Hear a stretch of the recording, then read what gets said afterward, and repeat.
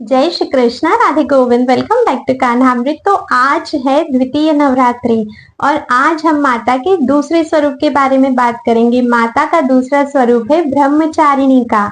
ब्रह्मचारिणी माता का स्वरूप कैसा है, माता हमें क्या दे रही है, माता से हमें क्या लेना है, किस चीज की प्रार्थना करनी है, तो आइए हम जानते हैं। द्वितीय नवरात्र पे माता के ब्रह्मचारिणी स्वरूप की पूजा की जाती है, उनकी अर्चना की जाती है।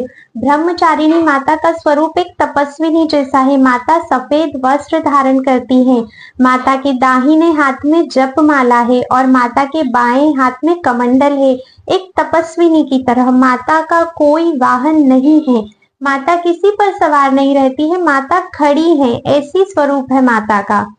ब्रह्मचारिणी माता तपस्या कर रही है। शास्त्रों में बताया गया है कि ब्रह्मचारिणी माता का ये जो स्वरूप है, इसमें में महादेव को पाने के लिए, महादेव को पति रूप में पाने के लिए कठोर तप कर रही हैं।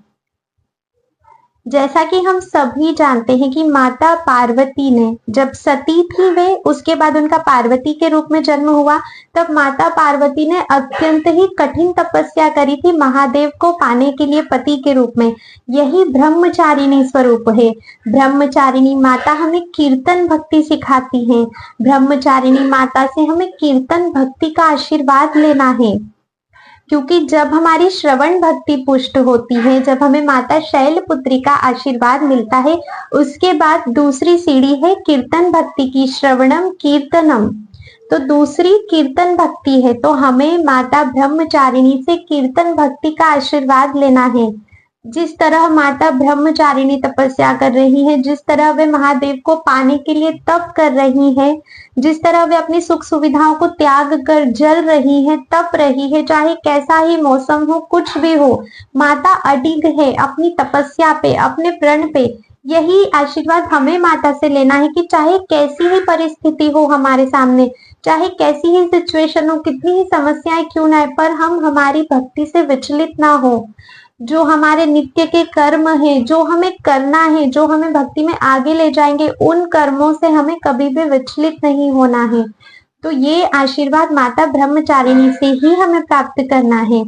कहते हैं माता ब्रह्मचारिणी को शक्कर का भोग लगाया जाता है, उन्हें मीठा अत्यधिक प्रिय होता है। तो आप भी द्वितीय नवरात्र पे माता को मीठे का भोग लगाइए, माता से आशीर्वाद प्राप्त कीजिए। क्योंकि साधु हम किसे कहते हैं? साधु वो होता है जो साध लिए है, जिन्होंने अपनी भक्ति को, जो अभी अपनी भक्ति को साध रहा है, उसे साधक कहते हैं। साधु उसे कहते हैं जो अपनी भक्ति में पुष्ट हो चुका है, अति प्रबल हो चुका है। तो हमें अपनी भक्ति में अति प्रबल होना है, पुष्ट होना है, तभी तो हमें भगवान श्री कृष्ण के चरण कमलों की प्रेमा भक्ति प्राप्त होगी। तो द्वितीय नवरात्र में माता ब्रह्मचारिणी की सेवा अर्चना वंदना कीजिए।